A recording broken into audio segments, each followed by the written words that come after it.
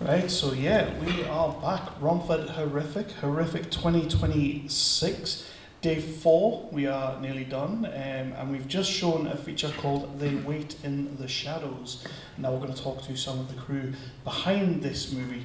Do me a favour, guys, and let's go down the line. Tell me who you are and what you did on the project. I'm Steven Sibley, and I've done sound, helped down with the effects, and yeah, just general helping out in the crew. Yeah, good fun. I'm Sam Mason Bell, the writer, director, and DOP. My name is Darren Ward, and I worked on the special effects. I'm Jason Haydney, and I'm the behind-the-scenes photographer for the film, and also a bit of a production assistant as well. So I'm going to start in a little bit of a different way here, because every time I come down to the Horrific Festival, every time I come down to the main festival, you guys are familiar faces. We love seeing you come back every year, whether you've got something in or you've not got something in, you're just coming to, shoot the breeze and chat to everyone. How important do you find film festivals like this as independent filmmakers? And that's for everyone. Well, I wouldn't have met this guy if it wasn't for film festivals. Yeah. We've been crewing and working with each other for the last 5 years. Yeah. That networking and knowing that there is a community out there that see each other as equals and want to support each other is so important as a filmmaker. And I think it's a place like this and Horror on Sea and things like that really reinforce those ideas. Similar to what Sam said, really. I mean, I've been making movies for like 35 years now, and again, in the last 5 years, working with Sam on effects and stuff on the last 5-6 movies, right? A couple with Steve as well. And again, as Sam said, I wouldn't have met Steve. We met at Southend on the Sea, didn't we? Back in 2019, and Steve had been a fan of my previous work, and literally, the stars aligned, and we've worked together now on many films. So it's great. It is great because even though I've been doing it for so long, you don't get jaded by it, because at the end of the day, when you've done blood, sweat and tears on making a movie, it's great to be able to, and scary sometimes, but to hand your baby over.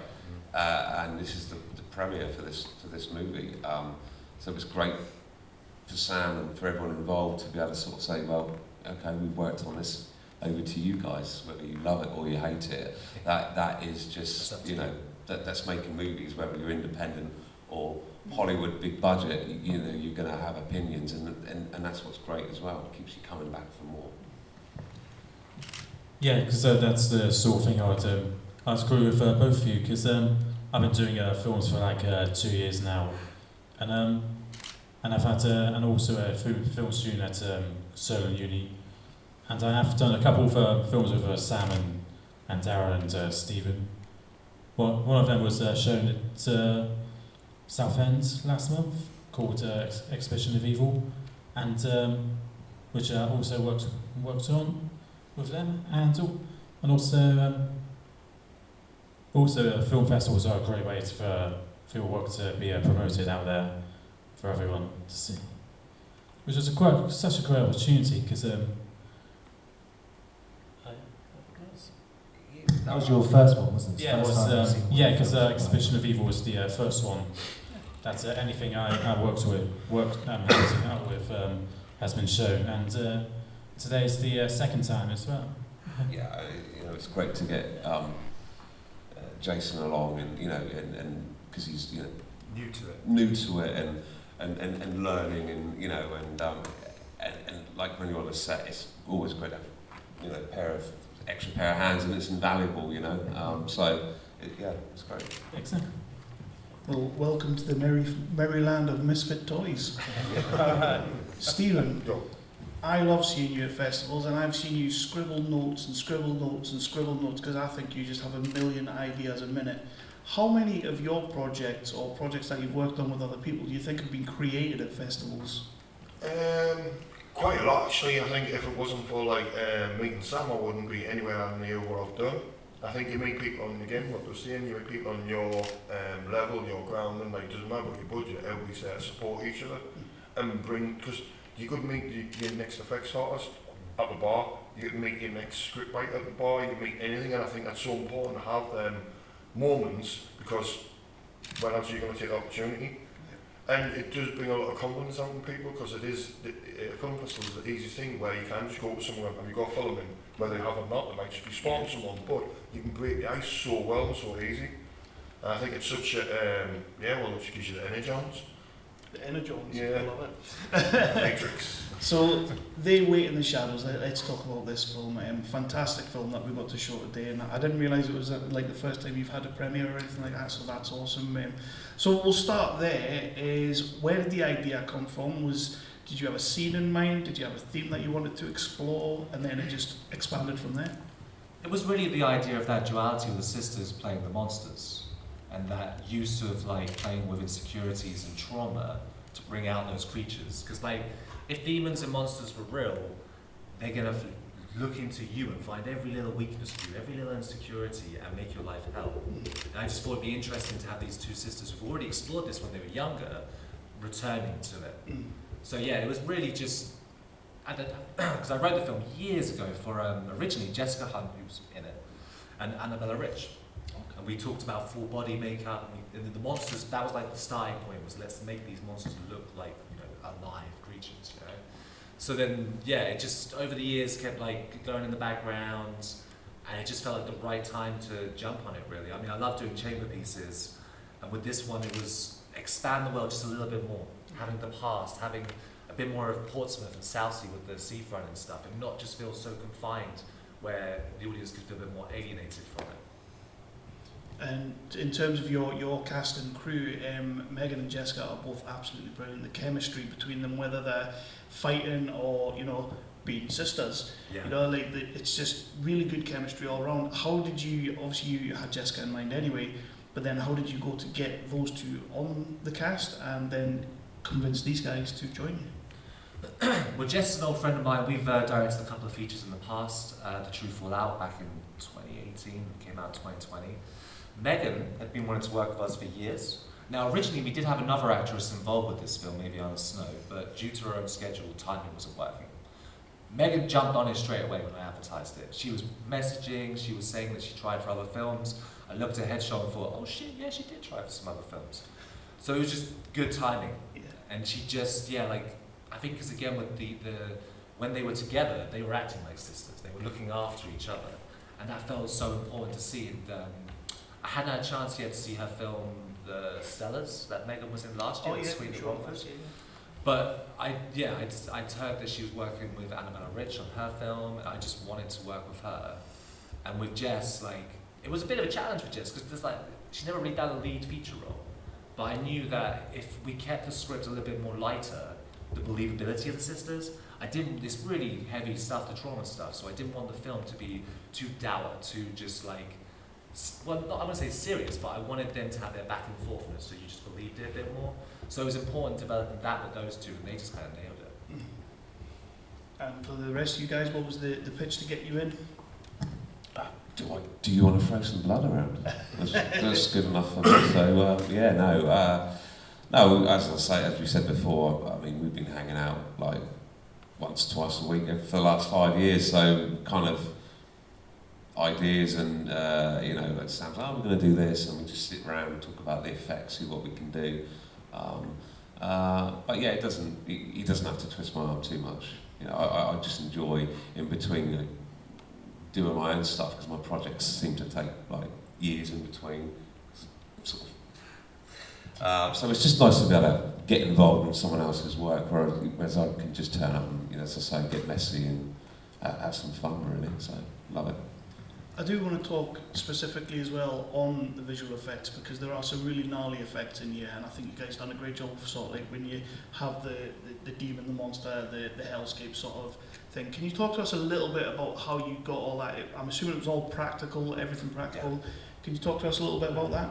Well, we were quite lucky to just get lots of people who have talent to collaborate. So the puppet designers are some puppet makers in Portsmouth. Right. They had done a project called the Battle of Southsea for us, where we were looking at the history, and they built these 12-foot puppets. So when they'd done that, I thought, well, I wonder if they could do film. I wonder what they could do bringing a monster. So we sat down, we talked about it, we went through designs, and they loved the challenge of it because they'd never been asked to do such a thing. So I thought, you know what, that will bring something a bit different to it. Same with like the Ouija board. We got a guy who does robotics, so he built that Ouija board. Originally it was supposed to spell out more, but then on the day it was chaos, so I just keep rolling, we'll put it together, it'll be fine, there'll be no problem. And then again, the monsters, Katie Grist, who's been our makeup artist since 2017, she's just getting better and better and stronger, and there's a real comfortability to trust what she's going to bring to it. Yeah. And again, getting Darren and Steve on board, I thought, well, if we're going to do some gore, I personally am not the greatest with gore when it comes to direction. When I bring people in who actually have that experience and more knowledge and bring something brilliant to it, it makes sense. I'm not the kind of filmmaker that has to do every single element because I'm the one who's best at it. I'd rather bring in the people who actually know what they're doing than me just obnoxiously assuming I know what I'm doing. And that's what was important to this film, to up our game, trying something we've never done, with bringing in the puppetry, bringing in the monsters, and the blackscape stuff. We did some things with Final Exorcism similar. So it was like, okay, let's expand that again. Let's make sure we're constantly challenged. It does look great, and do you guys want to talk on that a little bit as well? On the visuals? I was again working with Sam, and he's taking his visual thing, every film he does, he takes it to the next step and being experimental and trying different things. And when he was talking, when we're doing puppet stuff, that was in a living room, blackboard, and I love that shit, you know what I mean? Like, you can't tell it's a black boy, but they're beating someone. Yeah, I was putting them in the machine, I was like, well, yeah, it was amazing. I'll reword that slightly different for you two guys as well. What I'll say is, was there anything that you guys thought, how is this going to work? This isn't going to look right, but you got it done, and then today when you saw it up on the screen, you're just super proud. It's like, that looks amazing. Any one particular effect? Well, to be honest, when we were actually on set doing it, there was nothing that Sam sort of like put forward, or oh God, how are we going to do that? I guess the one thing, right, was the actual puppet, because of we were shooting with a bit green screen and stuff. It was just kind of trying to incorporate that and get the visuals looking right. I mean, it's not something that I was involved in, but I guess that was the main concern, was selling the fact that, the dad is going into the monster's mouth as such, and with little to kind of like no budget. I mean, to fit it, it doesn't matter what kind of movie you're doing.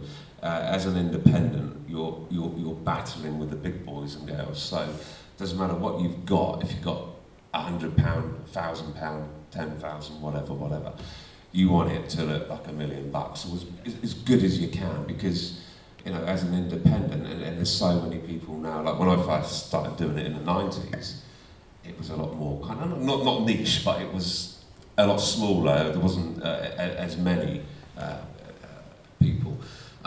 And you just kind of want whatever you do to kind of pop on the screen. And I know with this movie, Sam's incredibly proud of it. And it's about your composition, your visuals. It's not all about what you're listening to, what you're looking at, what you're seeing. So it's camera moves, just slight stuff. It's everything. A little bit of visual over narrative and stuff like that. So it's always, as Steve alluded to, you don't want to tread water, you don't want to paddle, there's no point, there's no fun in doing that. You kind of want to test yourself all the time, and I think what Sam's blessed with is he's got a lot of people around him from many different departments that kind of like, everyone's still hungry to have, just rock up for a week, on a weekend, or an evening, and just do the best you can do.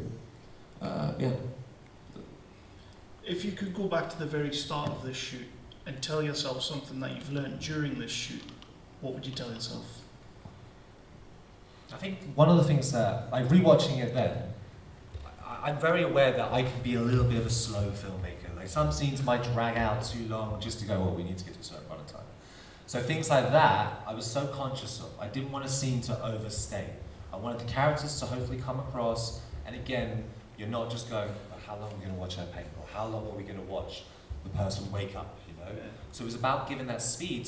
And weirdly, this is one of the longer films I've made recently, only an hour and a half, but generally speaking, they're improv. And this was the first film I'd done scripted, that was my own script, in about 10 years. Everything's been improv before then. So again, it was a different kind of understanding. But again, I just want to become a stronger filmmaker. And because I've done quite a few chamber pieces, I can watch back at them and go, that could have done with at least 10 minutes gone, that scene's too long, that's too long. But at the time I was trying to do something that I thought could work. Now I'm getting a better understanding, and that's the thing I can take away from it, is going, okay, we're learning, the craft's getting stronger, hopefully. Anybody else, something they would take away from this project? You and Jason? Yeah. Yeah, it was an absolutely amazing experience to be working with everyone on this project, especially the cast and crew, because although it was a quite hot, we were filming it back in the summer during the very big heat wave, but it was definitely was worth it.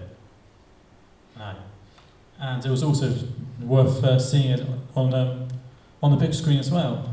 Beautiful screen. And with that, when you're not on your laptop as you've been editing and whatnot, and then you get to see it on a big screen, everybody could tell me what is wrong with it when they see it up there. I don't like to focus on negatives, I like to focus on positives. Is there something up there today though that you maybe saw that audiences, the general audience, might not pick it up straight away, but you guys are ridiculously proud that it's there? Well, that's tricky.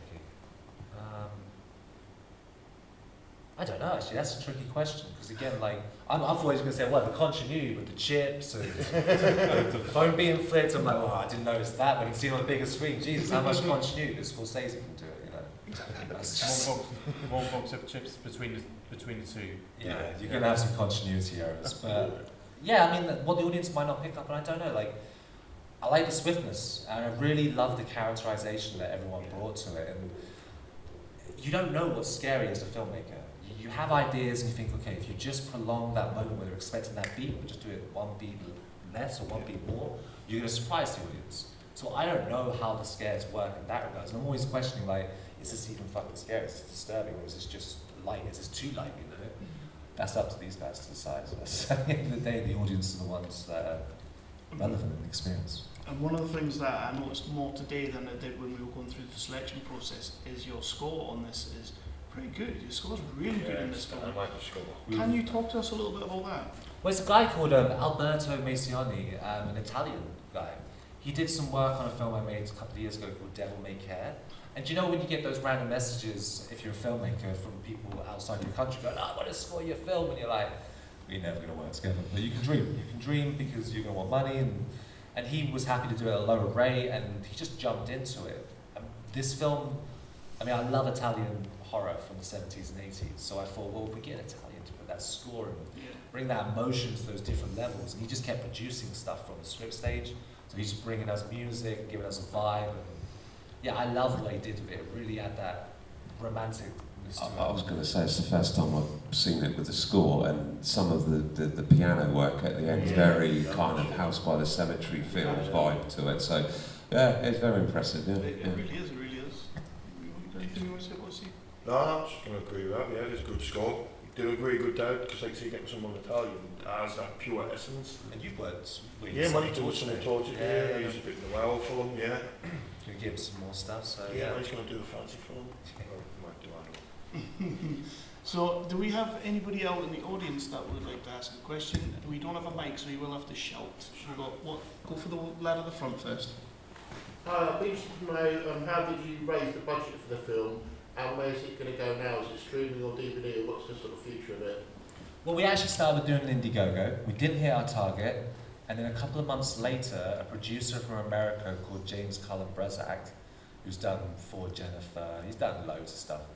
We've done a few films in the past with him, and he said to me, oh, have you got, I'll give you this amount of money. Can you get a film shooting in a month's time and have it done in 4 months? And I went, no, I can't. But I am shooting one in the summer, and if I can be part of your second slate, we'll shoot the film, and then you pay us afterwards, which he did.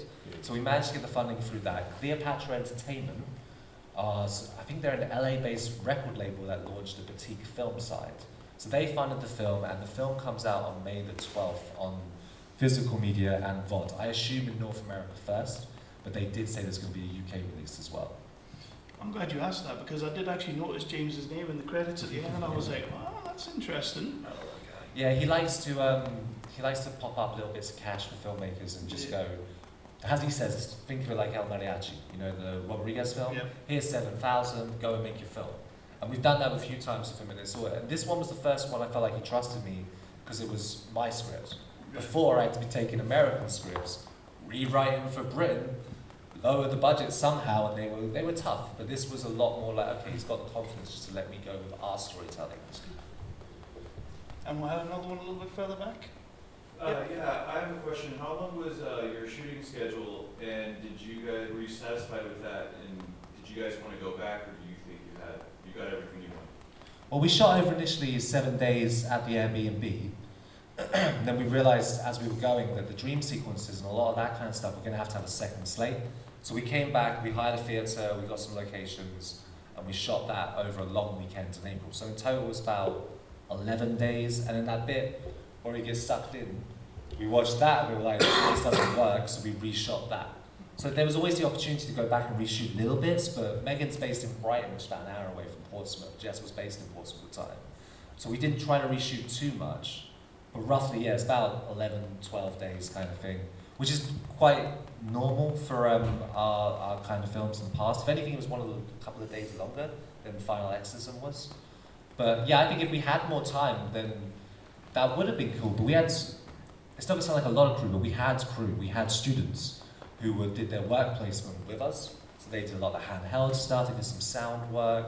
So we did have a lot of hands-on, and we finished on time. And yeah, we could have done more days, but I don't know. It's nice to have the constraints sometimes. I was saying to someone earlier that when you do film challenges, where you got 72 hours, 48 hours, stuff like that, it kind of trains you to then go into zero budget feature making. Yeah. Because you've only got so much people's time. People have to go back to work. They can't always do, every single weekend for the next 2-3 years. I'd rather get them in for 8-9 days and just produce something that's obviously, hopefully, of quality.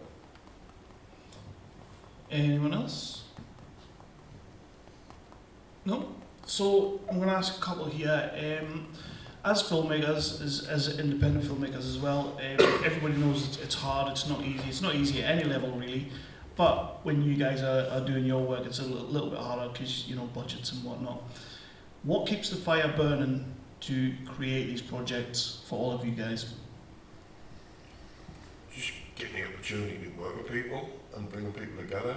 Because you're never going to know, as when you're doing something, who's going to turn up, who's not going to turn up, so you put that thing out. So for me, it is like a case of just keep going. Because everybody has films that don't get finished, but that doesn't mean you're not going to get the next film finished, because on that film set, you could meet someone who will be that person and finish the next one. Yeah, so it's always just the drive and passion, really, to keep going and, just stick by your guns and bring the right people in and work with the good people. Yes. The thing is, with filmmaking, there's a legacy attached to it. And when you see certain other filmmakers, there's a guy in Portsmouth called Michael J. Murphy, and he made films for 50 years in Portsmouth. And he had this great troupe of actors, great troupe of crew, and a lot of them just working class people, just doing it on the in-between. And it's the fact that those people want to bring their skills to it that keeps you want to go. Everybody wants to make films. They want to have fun. They want to enjoy it. It's not always a fun process. I can walk around looking stressed all the time, but I'm still enjoying it because I know that's what we wanted to get across. Storytelling is what it is at the end of the day. It's communicating an art form across to people. So I just love the fact that there's always a new story to tell, and people want to keep telling it, So what's the question again? Just what keeps the fire burning for the creative process? Well, I guess, without sounding I could waffle on, so I'll give you an hour-long version of it. The fire's been burning in my belly since I was 6, 7 years old, watching, Peter Cushing, Christopher Lee, in the Hammer movies back in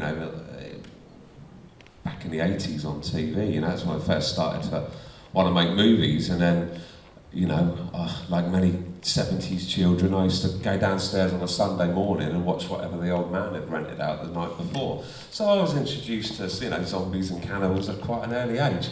That's, and then I fell in love with the whole Italian film industry, Dario Argento and Fulci and all those guys that you're well aware of. And what keeps it? I don't know. It's for me, it's like a ball to a red rag. Once, and my features, unlike Sam's and probably many others, I make it really difficult for myself because my sort of, you know, I have stuntmen from Bond and makeup people from Game of Thrones and Die Hard and all of that because they're my mates and we've been making movies for 30 odd years. But bit of a problem when they're then stuck in Ireland for 3 years on the last season of Game of Thrones. So when we were doing Beyond Fury, you know, I found myself having to do pyros and stuff like that I hadn't actually done for 20 odd years because why would I when I've got, you know, professional crew? And it's like, but, you know, when you're committed like that and you've got X amount of people in front of the camera and behind the camera, you know, for me, coming in from this country and that country, you can't, you know, you can't just go, give up because there's a bump in the road. I mean, as an independent, as these guys and anyone in the audience that makes movies would attest to, you're wearing 80 caps anyway. You know, you write, you produce, you direct, you do the catering, you do the pickup. I don't know. There's just something. You know, people come and go. Filmmakers, you know, might make 1 or 2 movies. Maybe they fall away and don't carry it on for whatever reason, but.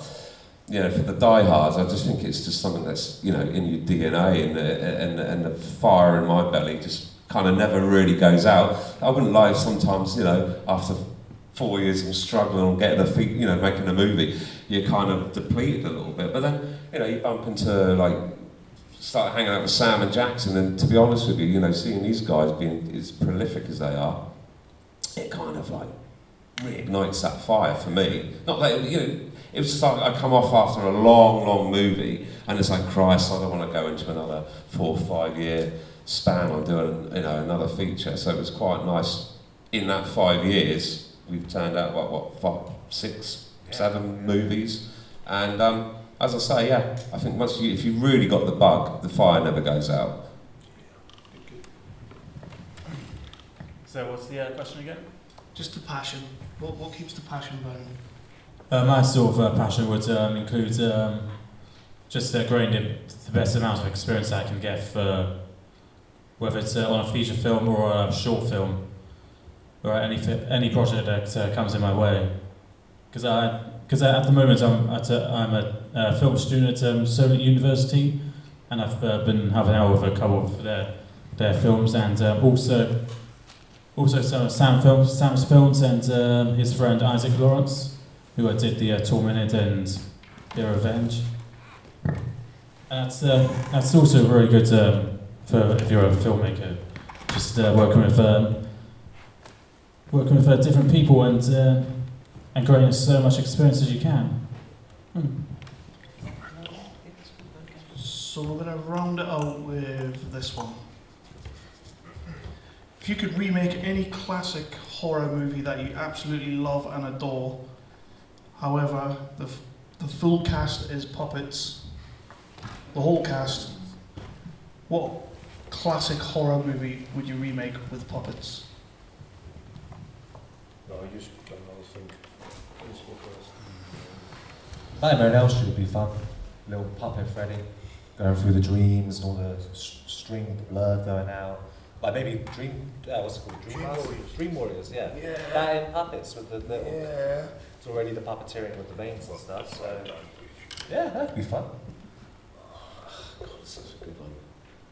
Zombie flesh eaters and puppet style would be good, wouldn't it? Yeah, I'll go with zombie flesh eaters. Final Destination with puppets. That might be a good a very, very good one. Everyone's waiting for this one. And yes, the puppets could be ninjas as well. That's even better. What ninja horrors is that? Wasting time. Sorry. I'll tell you what. Stitch down. I can't think. Stephen will be out there as well, so if anybody wants the answer to that, go and find them. Yeah, fine, we'll get it out there. And you'll have about 20 answers by 3 o'clock, 4 o'clock. Right, guys. Thank you so much for Suspiria. There we go. There we go. Yeah, man, yeah, we'll do Suspiria. There you go. Right, guys, thank you so much for submitting the movie to the festival, for letting us show it here today, and most of all, thank you for being here. Can we get a round of applause, please? Thank you. Thank you, guys.